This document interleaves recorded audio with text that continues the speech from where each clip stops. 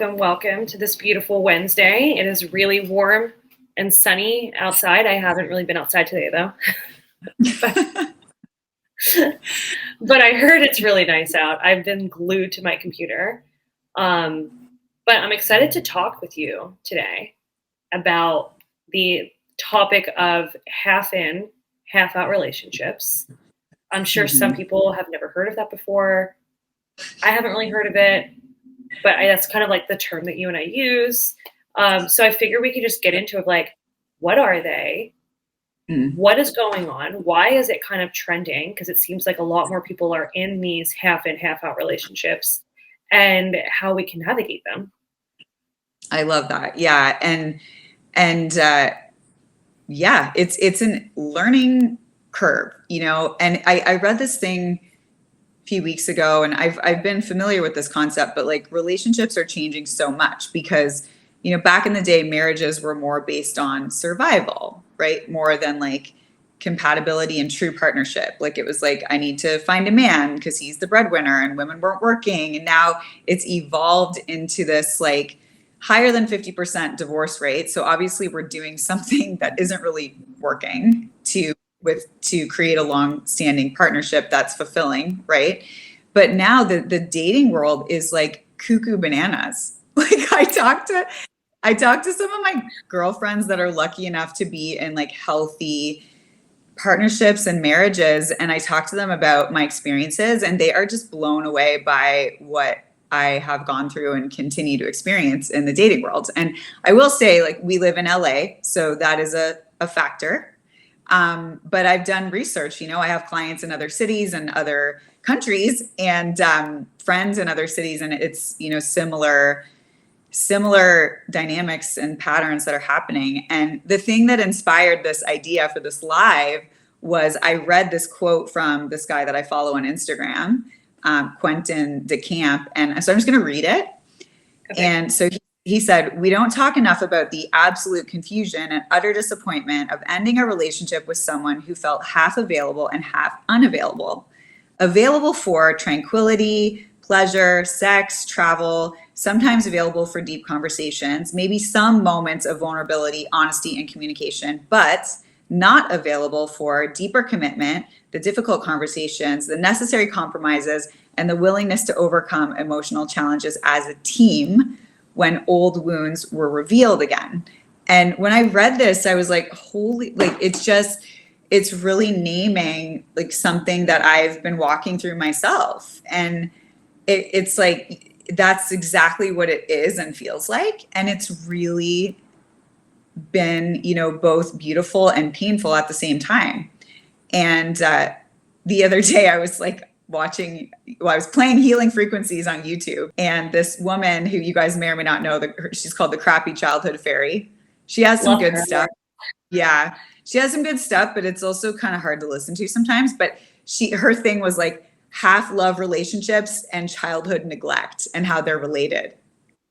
And I was like, okay, this may be something that we could speak to. So any thoughts? No, I love that. I love the quote that you were talking about, because it does make so much sense, and it really defines what people are half in for, and then they're half out. That they're like, oh, I'm totally available, yeah, for travel and sex and fun and all these great things, maybe even available for a fight or two, right? But I'm not available for having to work my life around you, or having to make decisions that consider you, or if another offer comes along, staying faithful to you, right? And so in our world, we've known this as situationships, and you and I cannot stand that word. We are both just like so annoyed. It's like how we feel about narcissists. It's like everyone's a narcissist these days. Same with situationships. Like everything's a situationship these days, right? And I think because of the rise on the internet of like what relationships should be, there's such a like definition. People are like, well, this is the definition of a healthy relationship. No, this is the definition of a healthy relationship. I think that people are forgetting that for millennia, there's been so many different types of relationships that have worked, and that it really depends on what works for you. But there has to be full-on commitment of both people of what works for them, and they both commit to, hey, this works for me, this also works for me, yay, let's do this. And I think right now there's this influx of, well, you can have this type of relationship and you can also have this type of one, or you can have this type of one, this type of one. And that's why people are half in and half out, because they don't know necessarily what's going to fully work for them. And like, there's too much, like I was just talking to Joe about this today, that my biggest lesson I'm learning right now is to not really discuss too much of what's happening in my own dating with other people and getting like overwhelmed with they think, because then I go, because I'll be okay with something, right? Like, and we'll discuss further what I'm okay with. And then I'll talk to someone else about it and they're like, you're fine with that? Oh my God, if a guy did that, like I would be like, he doesn't like me. Like he doesn't like you if he's doing that. And I'm like, I was secure. I felt secure until I had this conversation with you, right? And then because of that, I find myself half out.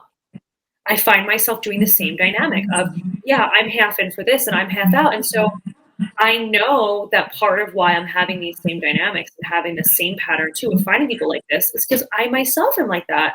So I stopped judging it, right? I stopped judging these men that I'm dating that are doing it, because like, I'm also confused. I'm also kind of doing it and trying to figure out like, what will I be fully in for? You know, what will cause me to be all in and not just half in? Yeah, I like that question. And also the truth of the matter is, at this point, all of us have been hurt to some degree, right? Yeah. Whether it started from the time we were really little, which is a lot of my story, or it happened later. Like nobody gets through life unscathed and nobody gets through life without some level of trauma. And so we're doing the best we can over here. And, you know, maybe desiring connection and wanting to be open and having like protection patterns take over that have us maybe lean in and lean out. And so, yeah, the point of this is not to demonize anyone, but just to talk about what the experience is like dating now, dating in this modern age, right? And yeah, I just can't stand the word situationship. Like, I'm not even gonna, that's the last time you're gonna hear me say it, because it's like, and it simplifies it all, right? But I think part of the way out of this is to really do your own inner work, right? And there's a lot of people that don't even really know themselves. And so if you don't know your own self, how can you then show up and be available for a relationship, right? Because it's very hard to relate to someone who isn't even sure of what's going on within themselves, right? Like I know, at least for you and I, as much as we're still working things out, as basically all of us are, we do have a really good awareness of our own patterns and our behaviors and how they show up, and we're really willing to learn and grow. And I think that is, for me, that's a non-negotiable for anyone who I would be in a partnership with. Like I just has to have someone that has a growth mindset, that's willing to let it be messy, that understands that relationships are where you meet yourself, right? Like this is what I was saying to my client earlier today. I was like, because it is so challenging. For one of my biggest challenges is like not to take things really personally. Like if somebody leans in or someone leans out or someone's available or someone then ends the relationship, it's like, that is my, like one of my biggest wounds is around like rejection and abandonment. So it goes straight to the core, right? Like right there. But I'm learning to have a little bit of space between what I make it mean, because it is just an indication of how much that other person is willing to meet themselves within the mirror of partnership, and vice versa, if that makes sense. So no, it makes total sense. No, it makes total sense. And it's similar to what I was saying of how like I know at some degree that I'm half in, half out, right? It's like because I love, well, first, like with the situationship thing again, like I remember when I first heard that word, I was like, oh my God, I love that. That's so true. And then I started getting frustrated because I heard people using it, especially like guys, as like an excuse. And they would kind of be like, oh no, that's not what this is. And I remember one time I said to a guy, like our relationship, right? And we weren't boyfriend and girlfriend, but we definitely were dating and like we were in a relationship, right? And so I said that, and he's like, well, wait, we're not like boyfriend and girlfriend. And I go, yeah, but this dynamic is a relationship. Like, yeah, you're relating. You're relating, exactly. So I think even that, like, people are so scared of that word, and it's like, yeah, anytime you're talking to someone like that, or you're dating, or you're sleeping with someone, that is a relationship. That is the relationship you have to that other human being. So I will call it a relationship, like you and I, our relationship, right? You know, and I think people are just so scared of that word, and it's like, no, this is how we're relating to one another. And like you said, things are going to come up, and it's how we meet ourselves. And so we're going to see a lot about ourselves in the other person. We're also going to see a lot of things that we can choose to view and go, this doesn't work for me, right? Or we choose to accept it. And I think because so much of our own traumas come up, it is really difficult to face that with another person, because for so long we have generations of people of unhealed trauma that's been passed down, and people don't have tools. So instead, when you see these like gurus and stuff, some of these like toxic gurus that are like, oh, the moment they do this, like, you're out, right? Or like, you can leave at any time.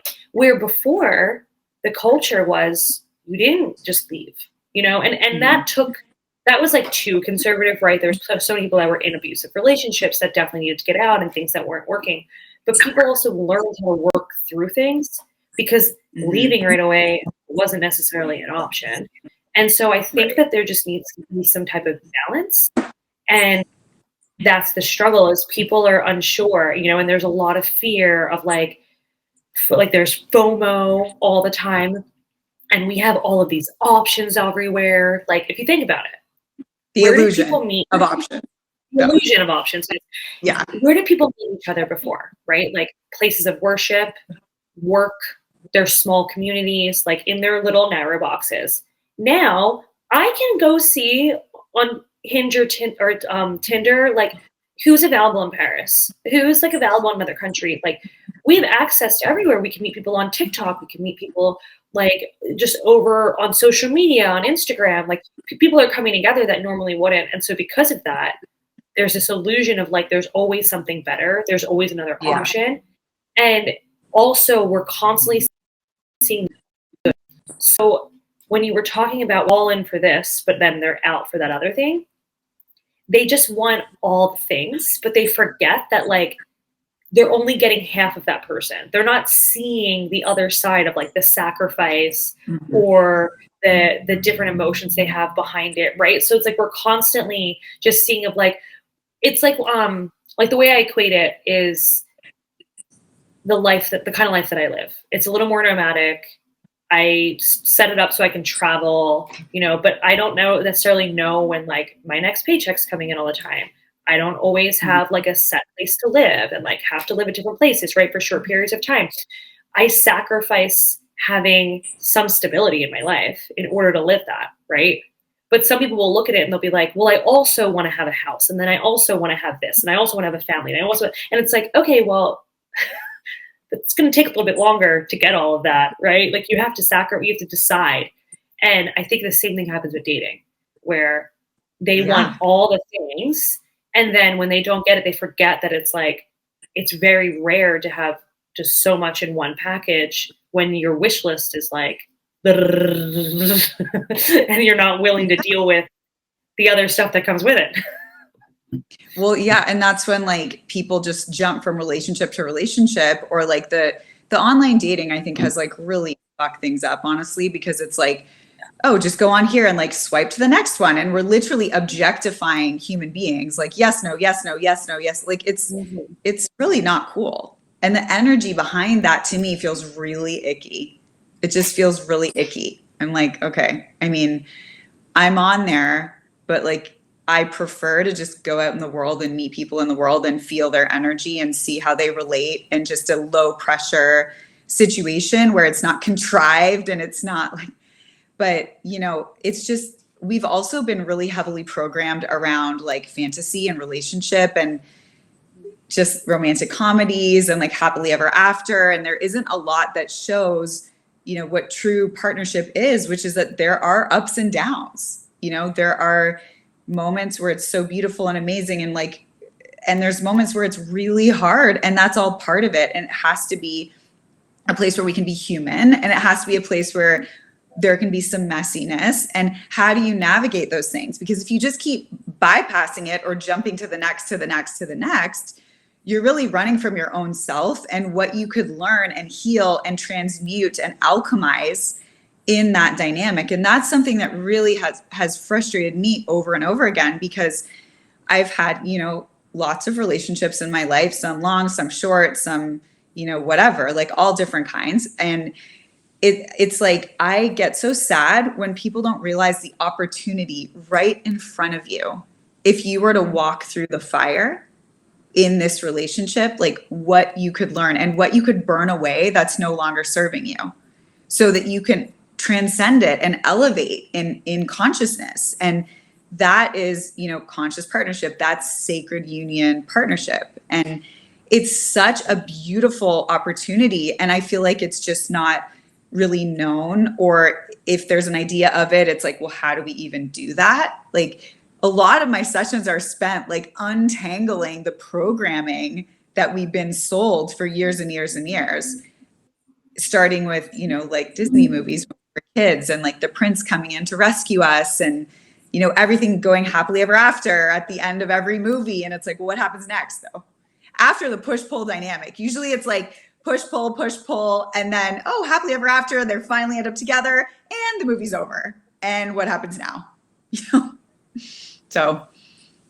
No, that's so true. And when you're talking about culture, we're also in a very pleasure-seeking culture, Mm-hmm. you know, more than has been for a really long time. It's like we live at a time where there's just so much at your fingertips. You know, you can have anything at the push of a button, right? So like, you don't have to work hard to find pleasure. And so I think people aren't used to working that out, and it's tough because, again, there's balance, right? There are some people that believe you have to work hard for everything, and then it's hard for them to receive. So there's this, again, you have to figure out what your belief system is, what your triggers are, and work through them. Because that could be why sometimes people are like avoidant people might be, you know, out of a relationship because they're not used to receiving. They're like, ugh, what is this? Yeah, I struggle with that, where I'm like, I don't know how to handle all of this. What is this love? It's uncomfortable, unfamiliar. It can be unfamiliar. Well, it's unfamiliar, so we don't know how to handle it. We don't know how to hold it. It's like, and so then we become a little clumsy with it, right? But when I think about times in my friendship specifically, because that's where I've been doing my practice, like since I've been doing a lot more conscious dating after our 12-step program, and really thinking about it and figuring out what's right for me. And hey, I don't even like to say I make mistakes. I have different experiences and I learn a lot, and I just make different decisions every time. And that's what I'm currently going through. I had like a person come back and I'm currently making different decisions. We'll get into that. But in my friendships is where I practice and learn how to work through conflict, learn how to be all in my friendships. And when I think about times, like people that are in my life, like you and Joe specifically, if I would have just been like, actually, I'm out for this. Bye. Like, I don't want to work through this disagreement or this misunderstanding, or I don't want to be there for you when you're having a difficult time, right? Or I don't want to let you be there for me when I'm having a difficult time. I wouldn't have these beautiful relationships that I have. Right. And so it's interesting, like you can see it, especially in friendship, but then you even look at friendships anymore. What people are willing to just like throw away or be like, oh, you just got a new friend group, or you just do this, or just look, you can go over here. Like, look at Instagram, unfriend, unfollow, right? Facebook, unfriend, block. Like, it's just so easy to just be like, boop, I don't want to do this anymore. Bye. And I think that because there's so much that people can just run from easily, and because it is more comfortable sometimes to just opt out, you know, it's like, that's what people end up doing. They're like, I'm going to stay here for the honeymoon phase. I'm going to stay here for when everything's so good and we have like this total infatuation and lust. But the moment things get tough, like, yeah, I don't really want to deal with that. Or, oh, you had like a death in your family and you're not the same as you were a couple months ago or a year ago or whatever. I'm not really in for that. So I'm going to go now. And that's the thing, is people don't they haven't done enough they haven't matured enough emotionally or even mentally or spiritually to hold that kind of space and really be there, because true relationships, friendship, romantic, family, otherwise, are about service, like showing up for the other person. And that involves taking care of yourself first, right? So in order to show up for the other person, you have to take care of yourself. So you have to do that first. But so much of it involves being, not unselfish and being of service, that I think a lot of people are just like, don't want to do it. They don't necessarily want to be of service. It's more like, what's in it for me? Gimme. Right. Yes. The transactional, that's another thing. Like, I just feel really heartbroken about it today, honestly. Like, I'm really sad about it all, because it's like this transactional nature of like, what can I get? And what can you do for me? And like, and then if that's not happening, that's not how we nurture anything, right? Like, anything that grows in life needs to like receive, like plants need to receive water and receive sunlight, right? And imagine the sun was like, what can I get from the plant? Like, it doesn't work. But we've been programmed 180 degrees opposite of, like, the thinking of the world is 180 degrees opposite of the thinking of spirit and of God. And of course, in Miracles, it says that. And I know you're studying it. So, but it's true. So the thinking of the world and the programming that we receive is 180 degrees opposite of the thinking of God and of spirit and of love, basically. And so our work is to do the inner work of coming back to love within ourselves. And what you were saying earlier, right? Like being with someone when they're in it, or when they're having a hard time. There's this quote that saved me a million times in relationship, which is that people can only meet you as deeply as they've met themselves.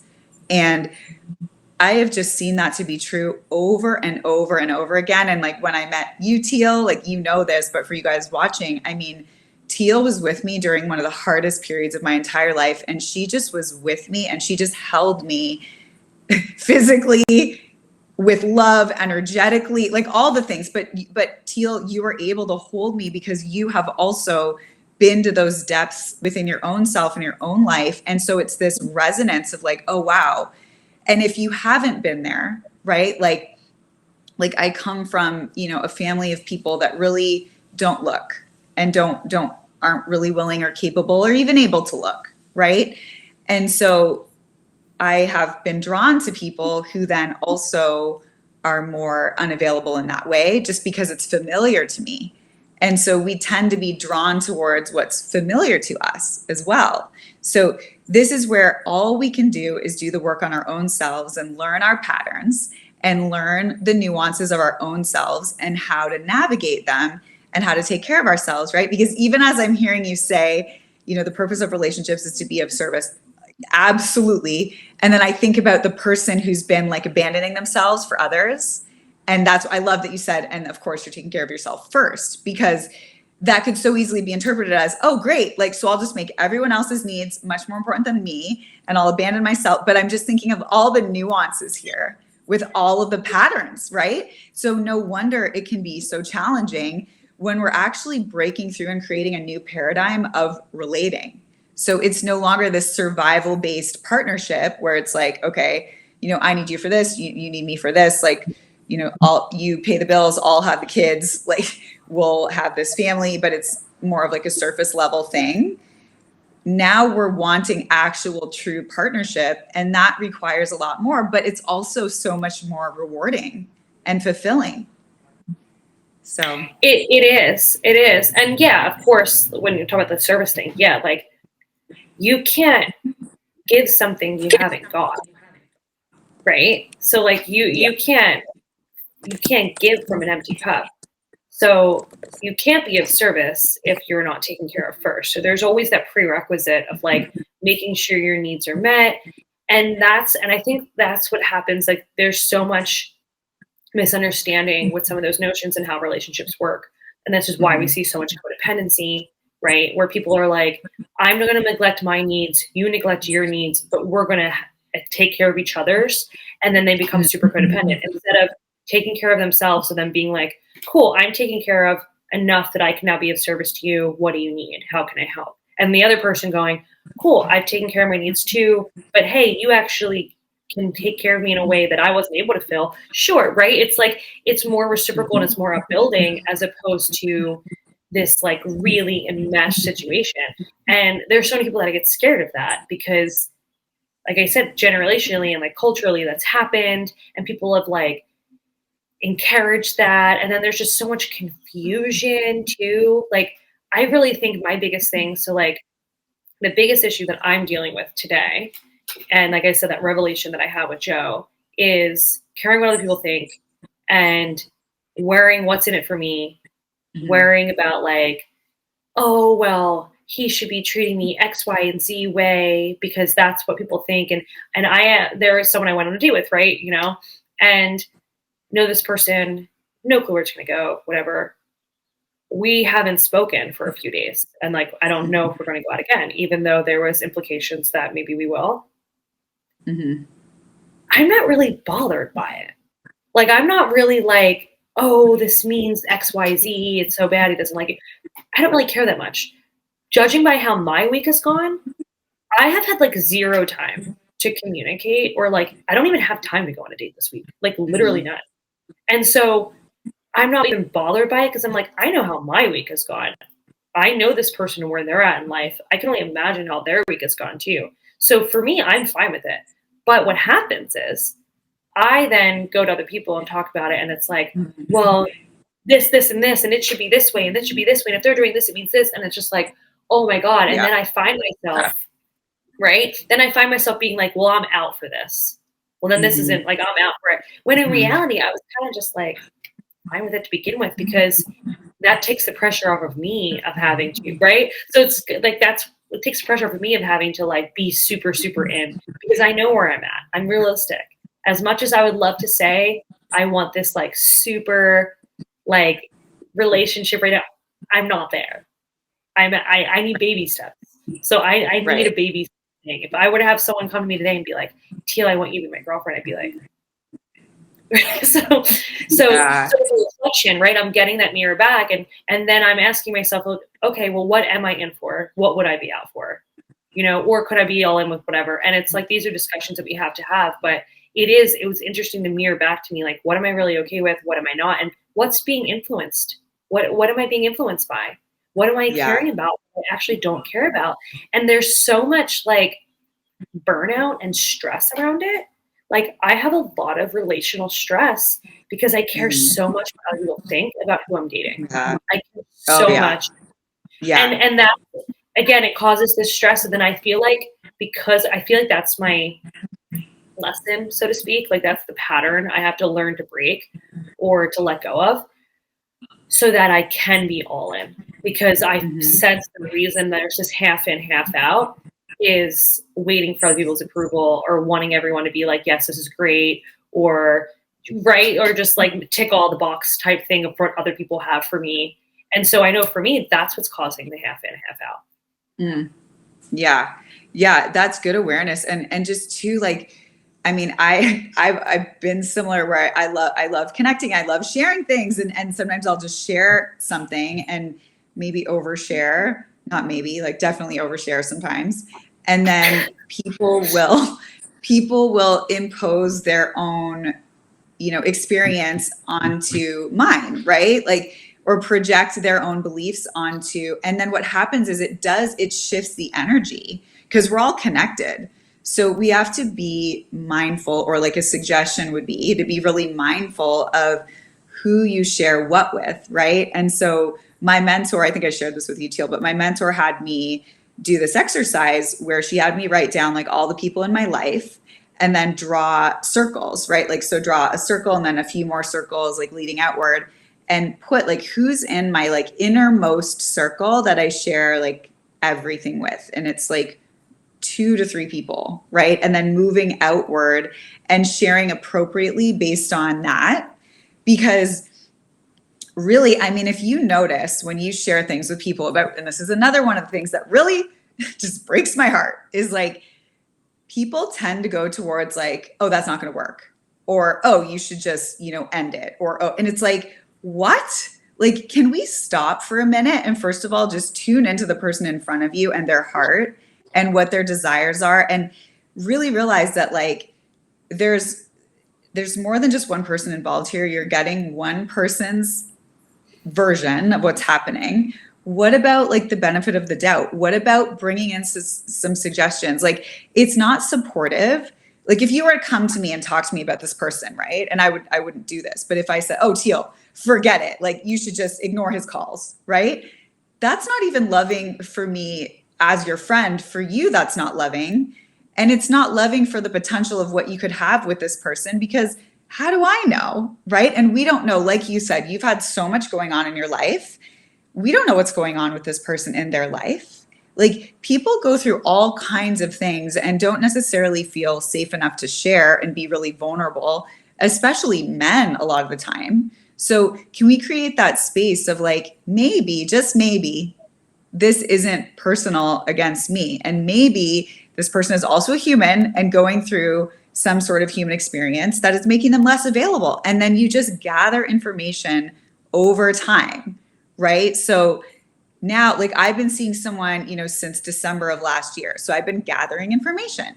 And I had just gotten out of a relationship that was really painful, really devastating. And I had dated a couple of other people that weren't really aligned, but they were great. And I was like, let's see. And it just didn't really flow. And then I met this person. It was kind of a surprise. And I was like, oh, this is the energy. This is the vibe that I've been like really desiring. So I thought, you know what? I'm just going to see what happens. I'm just going to allow it to flow and just be really chill. And I did that. And I've still been doing it, off and on sometimes. But as I become more connected to him, my emotions get involved and now I feel more attached. And so it's not as easy. And then in the dynamic, it's just perfect, because my pattern when I get anxious is to like lean in. His is to lean out. So we're activating each other. We're both activating each other, and it's become more painful, like, for me. And so I have to really sit with, like, as much as I love this connection, I have so much fun with this person. We've had a few good conversations about what's happening here and where I'm at and where he's at. Like, what is the most loving thing for me and for him here? And it doesn't feel great, because initially it was really a lot of fun and I would love to just be able to have that experience. But what happens is, as you get closer, as the intimacy increases, things are going to come up inevitably. So it's like, this is not that something is wrong. It's like, okay, now what? Do both people have, the willingness? Do both people want to create a partnership? Or are you going to kind of like, okay, I'm tapped out here, and that's okay too. But it's like, it takes time to get to know somebody. It just takes time. And that's what I was really reflecting today on, like, the people that I've dated in the past that I'm like, wow, looking back, I really wish that I didn't let quite a few of them into my life at all, right? So did I learn a lot? Absolutely. Does it inform my career and help other people? Absolutely. So cool. But like, now I'm going to really think about that, and I'm going to go slowly with people, because I could have avoided basically re-triggering my trauma over and over and over again with these people that I let in far too quickly, and it's all learning, but it's like a need. And the other thing is, like, this need, like, inside of me, this like deep need for connection is what allowed me to kind of override the pacing of things that would have been more healthy, so having compassion for that part of myself too. That's like, I really desire to be in partnership, and I actually enjoy my life more when I'm in partnership. And like, I feel pretty balanced with friends, with life, with whatever, but it's a lot of learning. But I was reflecting on that today, and I was just like, like, that's something that I could really do differently, and just slow down and just allow things to unfold and just see, because I'm really done with this cycle. I got to tell you.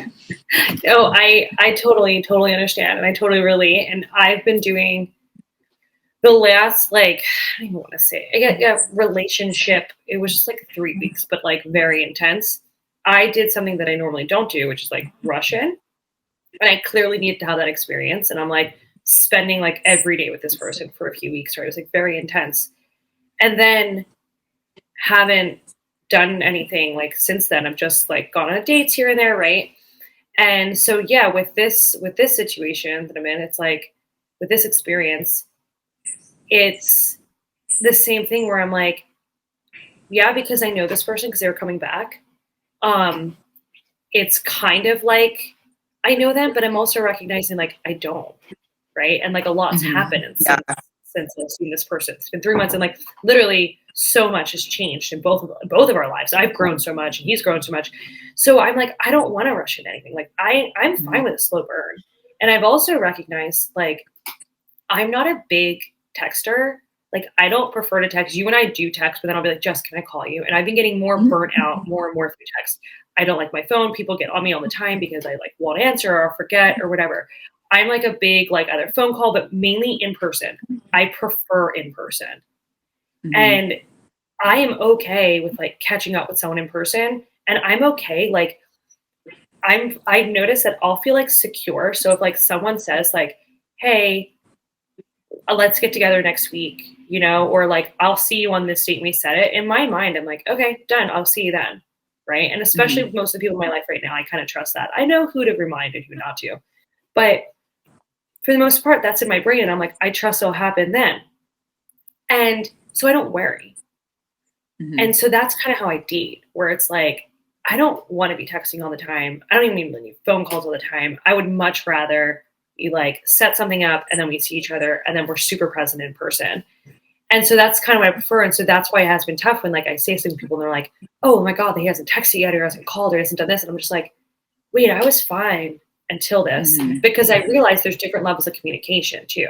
And again, this is where it comes down to finding what works for you, right? Yeah. Like I am someone who could potentially be fine with like a long distance relationship. Like I don't necessarily need to see people every day. Like if I had that level of security, like I'm good. I get more overwhelmed if I have to like see someone all the time. Or when I did have that situation, it was so intense, so enmeshed that I was like, then coming out of it was so hard. So I'm like, okay, that wasn't healthy for me either, right? There needs to be like a good balance. And so what's working for me, like I'm learning what's working for me and like not going to other people that I know want to see someone multiple times a week or want to text someone all day long or like want to call them. And that's fine. That could work for them, right? Like that's totally good for them.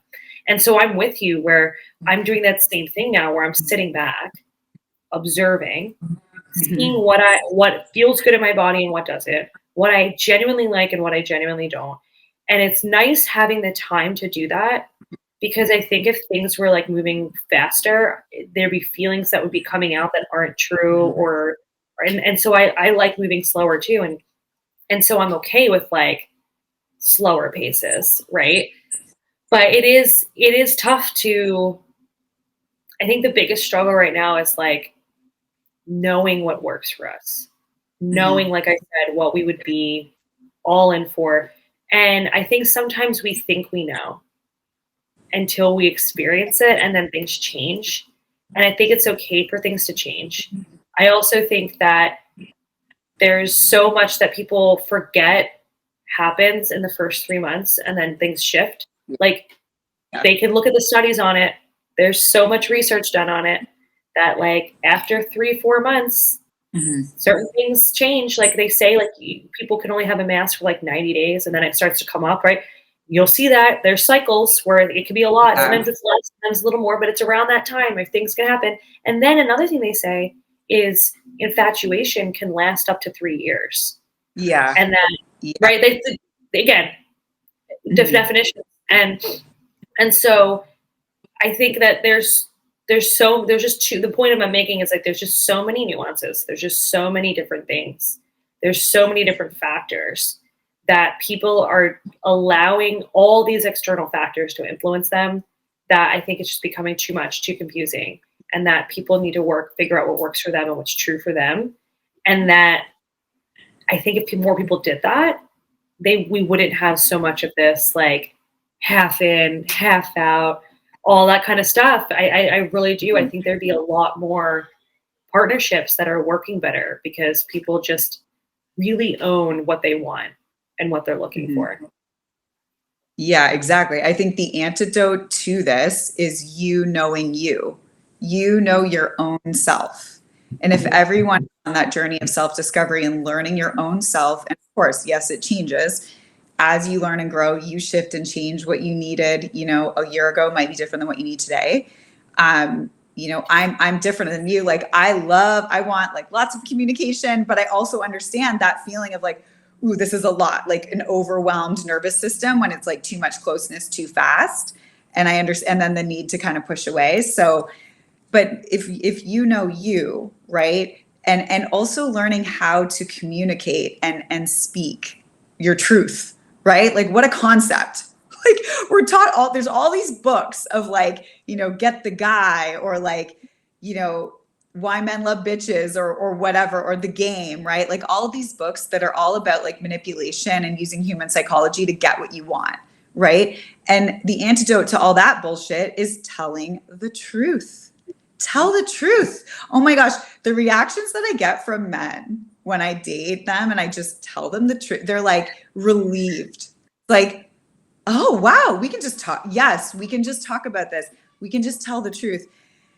And I'll say, like, I mean, it's sometimes scary for me. Sometimes I find myself like I'm not able to fully say what I need to say, but it's a practice and you build a muscle, because if it hasn't been safe, in the past to share what you feel like you need to say, or you've shared it and maybe there's been, a consequence, or like people leave, or it creates conflict or whatever. Like I understand that it can be scary, but really like speaking your truth, just you can really tell what's aligned and what isn't much more quickly, right?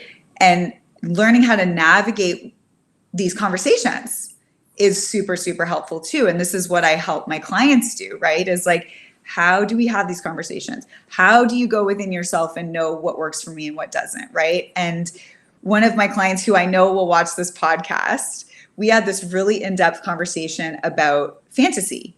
And I think that ties in nicely with like the 3 month, 6 month, however long honeymoon phase, right?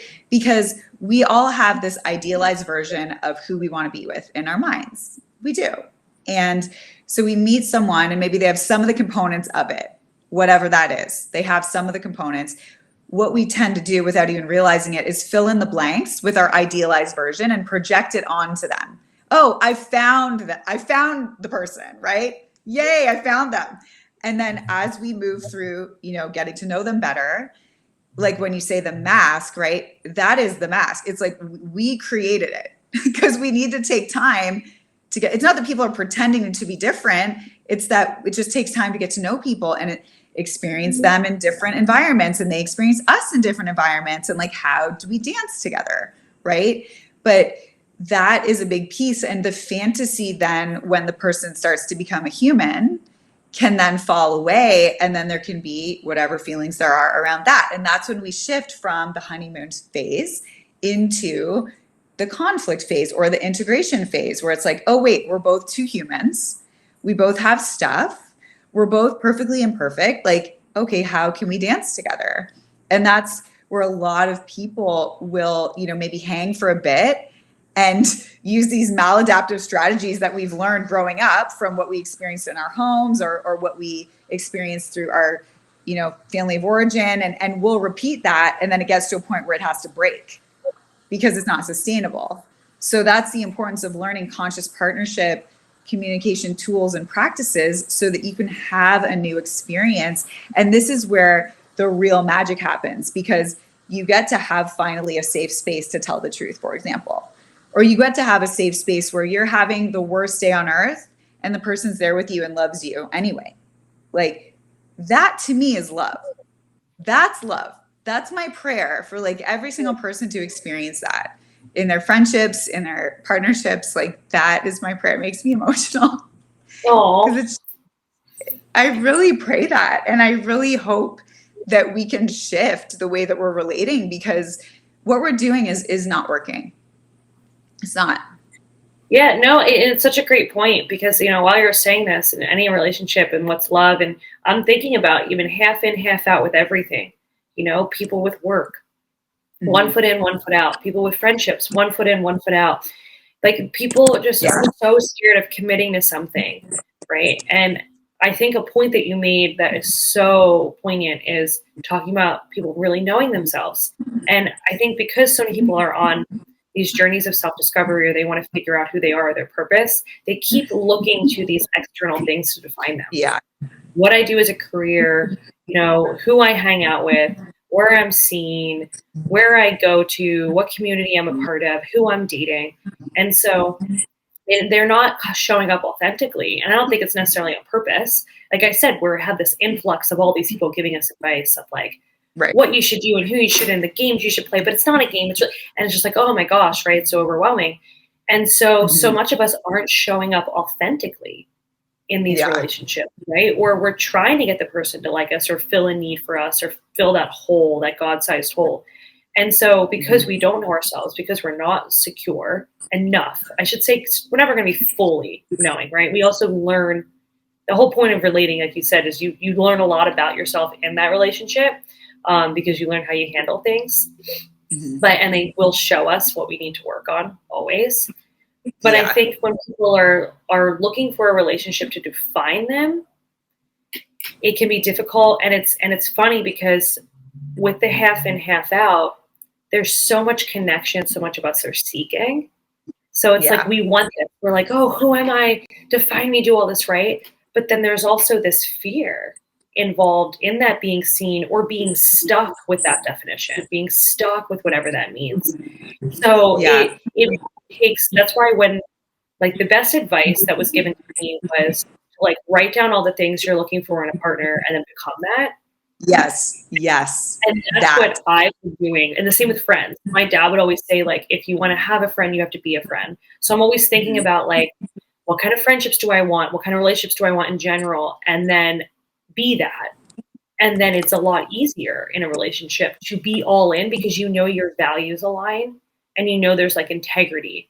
And Mhm. there's so much misalignment. I think because people used to meet strictly in like certain environments, it was easier to tell where your values aligned. Like, say, church, for example.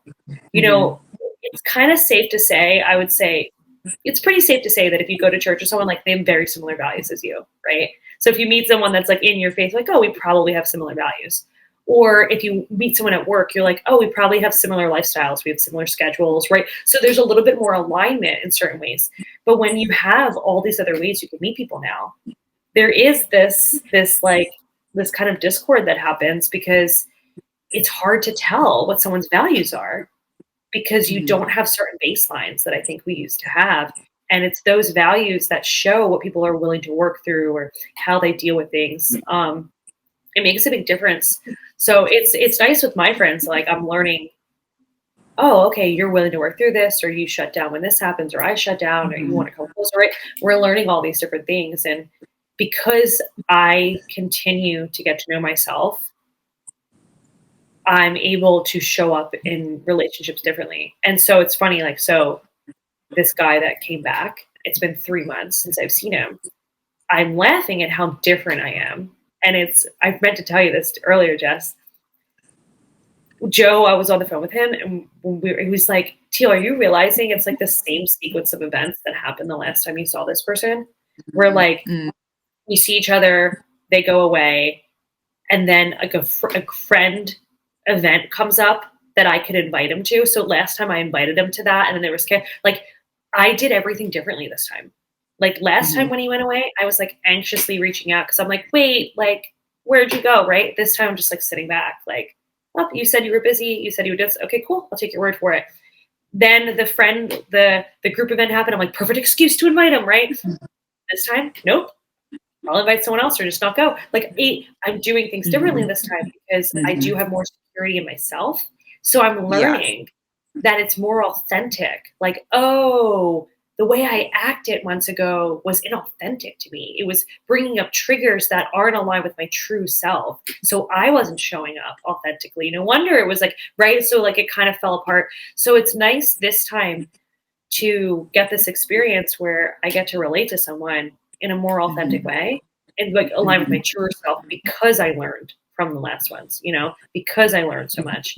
So yeah, it's easier to like go toward it, as opposed to be unsure because I'm more sure of myself. Right. Totally. Yes. And, there's every couple, I've said that before on a previous podcast, like every couple has a dance, right? But every relationship has a dance. So as you get to know, friends, like you and I have a dance and we're still learning and figuring out our dance, but I think we do a pretty good job. Like, you know yourself pretty well. I know myself pretty well. Of course, we're still learning because it's never done. It's never done. Like there's always more to learn. It's part of this experience where we don't get it all done. But also too, if we want to break out of a certain pattern or experience, we have to do something differently, right? Which sounds maybe obvious, but it can be hard because it can be uncomfortable, right? Like right now, part of me would like to do is just continue seeing this person, reaching out to him and, having time with him. But there's another part of me that I want an experience different than that, because it was initially much more balanced and now it's been like more me reaching out. So me taking care of myself looks like me leaning back, feeling all the feelings around that, which really doesn't feel great, and just continuing to lean back and really praying and trusting that will create a new experience, either with this person, because it could shift the energy, or it creates an opening for a new, experience with a different person to come in. And that's not up to me. And it's this surrender. It's like this surrender, some more moment, right? And this is like muscle that I'm still working on building, because it's not always easy, especially once you have an established connection, right? So, but I do know that I'm really ready for a different experience. So that's my commitment, my desire for my vision for what I desire is right now stronger than my desire to reach out, even though I would love to spend time with this person. So I agree.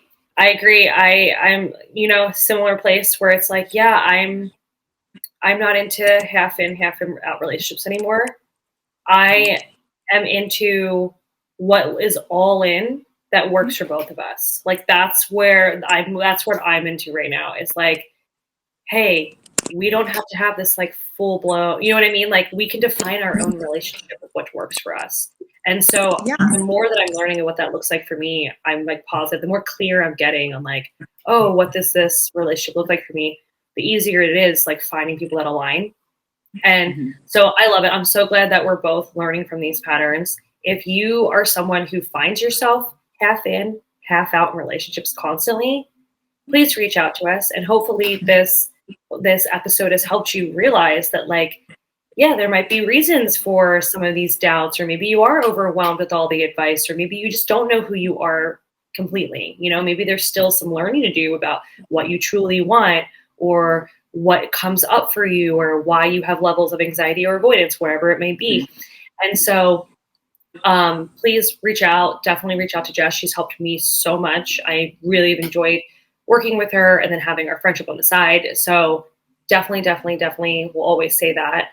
But yeah, like the takeaways really are like, get to know yourself and really, really go inward and do self-inquiry, and ask yourself if the reason why you're getting in these in-out relationships is because you yourself are half in, half out in any way, and start to become fully committed to you and who you are and being authentic. Because when you're fully committed to your own authenticity, then that's when you meet that same mirror of fully committed to their selves too. And then you can get a better alignment.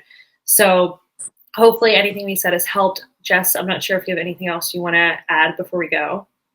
I just want to highlight some of the things you just said, because it's so important, is really embodying what we seek, like you said. So if you write down, the qualities in the partnership that you desire, in that person and go into detail, right? So if you say good listener, like what does that actually look like, and expand on it, and then practice showing up in that way in your relationships, with your friendships, not just romantic, right? And really practice embodying what you seek. And the energy of that is what creates absolute miracles. Like that is why I believe Teal and I are in each other's lives. Like, because our frequencies they align so much. And I keep getting, like, even last weekend, I met all of these new people and I was like, wow, you cannot trick frequency.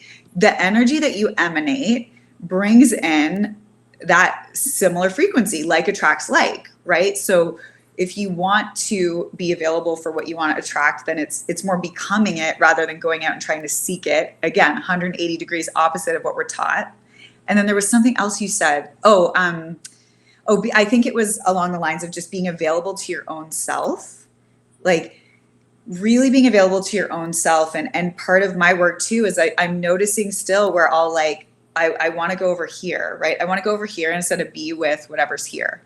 A lot, like what I was mentioning, like I'd rather go maybe call this person or hang out with this person than sit with the feeling of grief that it's not totally aligned, that's in my body, right? So being with that and being gentle with that and having compassion for that, because what it does is it's activating, old memories and old traumas that we hold as well. And the other piece I just wanted to mention is, even if you're not dating, even if you're in a relationship for years and you still notice this pattern of like, maybe you lean in and you lean out, or it's not just for dating, it's like the human psychology of relationships, right? Like one of my clients has been married for a long time and she's noticed this is with her husband all the time. Like she leans in, he leans out. So getting to know yourself and what's coming up can help you to balance that a little bit more and then have more connected and fulfilling relationships. So that is all. Thank you, Teal, so much. That's right. Wait, one real quick thing I just thought of when you were saying this is with like fears of like, I was thinking of like fears of commitment. I recently did, and like getting to know ourselves, I recently did 75 hard. And when someone asked me one of the main reasons I wanted to do it, they're like, why are you doing this? And I'm like, because I have fears of commitment. And I was wondering if I could just stick to something difficult for 75 days, if I could help overcome my fear of commitment. Because I had been saying, like, I almost did like 30 hard. I was like, oh, I'll do 30 days. Because that's like how much of like, I don't want to commit to having to do something for 75 days, right? And it's so funny because after doing it, I learned so much about myself and was like, and now I miss it that I'm kind of doing it again slowly. I'm like, oh wait, I learned a lot about myself. So again, like, this is where like sticking through things and being willing to go in a little bit further when you want to pull out, or vice versa. It helped me. It really did help me get over some of that. And I learned a lot about myself. And I was like, oh wait, I was missing out on something that I do enjoy. So it could be the same in relationships. But again, it's that self-inquiry. I did something to learn about myself. So we really, really encourage getting to know yourself, being authentically you, and tuning out the noise. Like don't get rid of some of the shoulds and this is how it's supposed to be and this and that. And it's like really tuning into what's true to you and what works for you. And let us know in the comments what you want to talk more about. DM us. Our information will be in the show notes. If you don't follow us, please follow us on Instagram, because that is where we go live. So if you're watching this as a replay, you can watch this live on Wednesdays at 4 p.m. Pacific time. And yeah, we hope to see you again. Yeah, thank you guys so much. Yeah, if you have questions, things you want us to cover, reach out. And thank you so much for watching. And please share this if it was helpful for you. Bye.